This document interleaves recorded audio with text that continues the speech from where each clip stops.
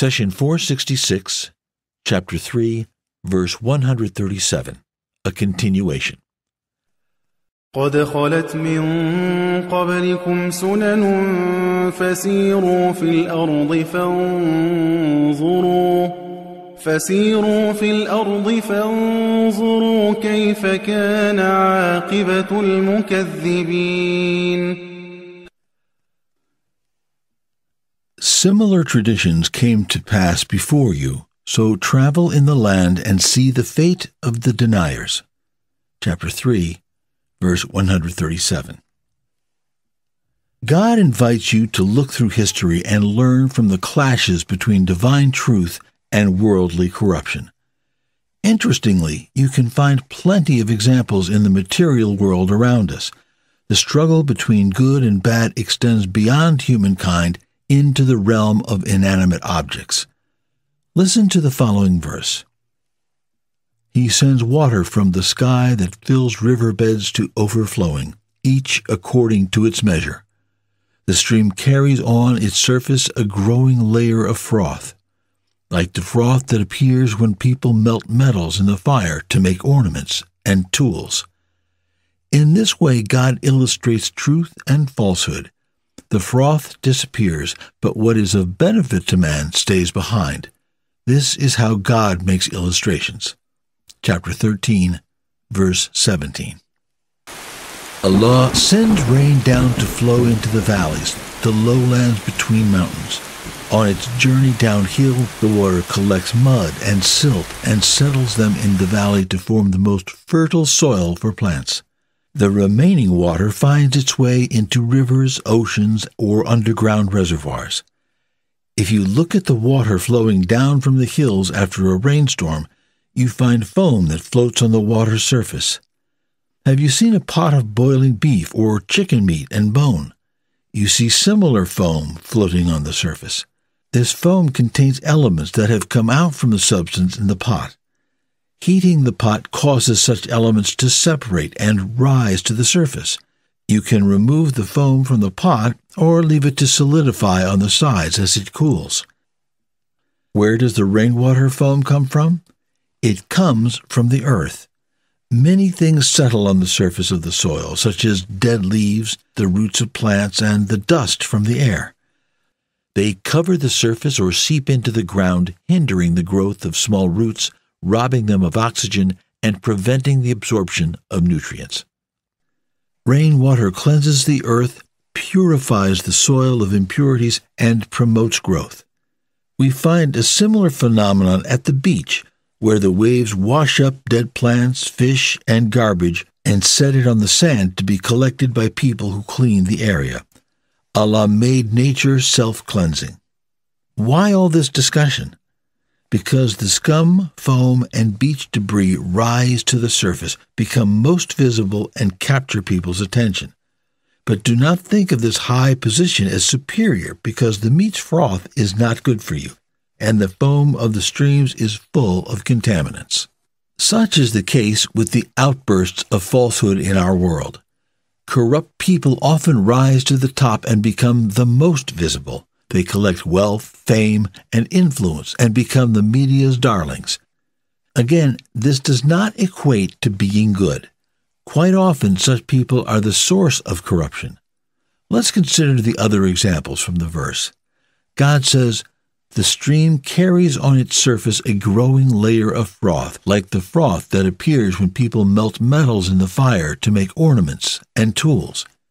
When a goldsmith places a gold nugget under the intense fire, it melts, and all other metals and impurities mixed with the gold separate and rise to the top. The pure metal left behind becomes uniform and beautiful when such impurities are removed. So we have two examples, one with water, which is an absolute necessity of life, and one with gold, which is a luxury.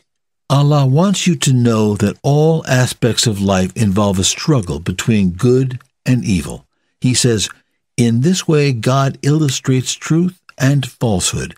The froth disappears, but what is of benefit to man stays behind."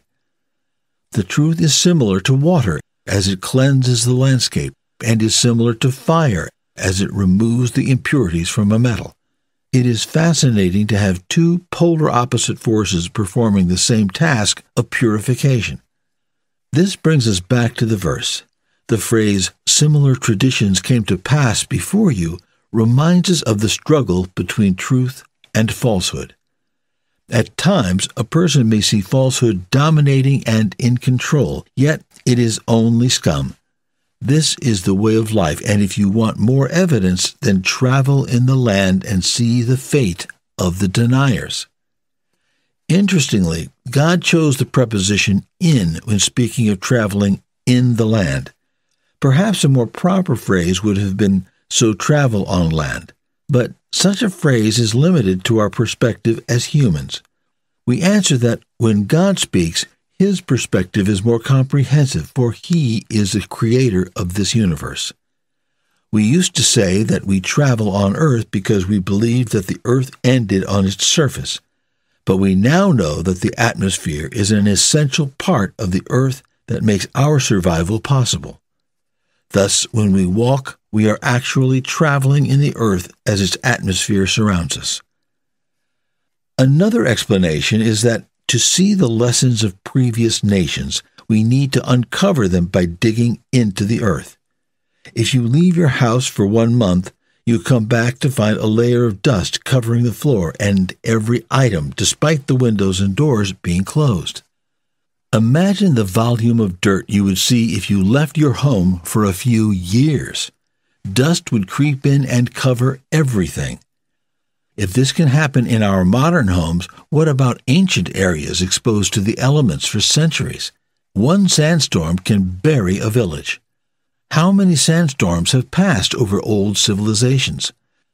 God informs us about the civilization of Iram, the city of pillars, in the following verse. "Have you not seen how your Lord did with the people of Ad? The city of Iram of the lofty pillars, the likes of which have not been created in all the land? And Thamud, who hewed out the rocks of the valley. And Pharaoh, he of the tent pegs, they were tyrants in the land and made much corruption therein." Chapter 89, verses 6 through 12.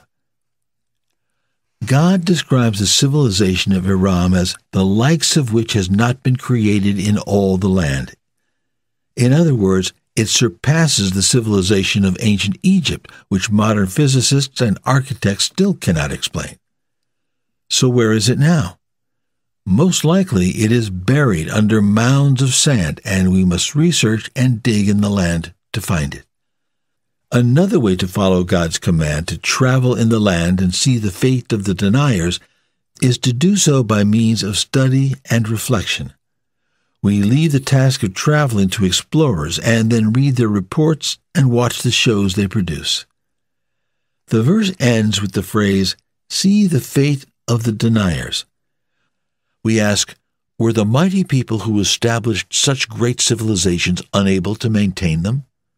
How could these marvels be abandoned, fall into oblivion, and disappear? There must have been a force higher than them. Hence, we understand the verse and see the fate of the deniers as a warning from the Sustainer who sees all the creation, the all-powerful who overcomes with ease. He says in the next verse of Al Imran, "This is a clear declaration to people and guidance and teaching for those mindful of God."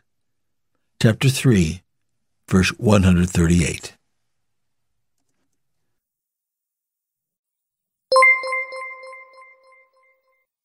The Prophet, peace be upon him, said, "Convey my teachings to the people, even if it is only a single verse."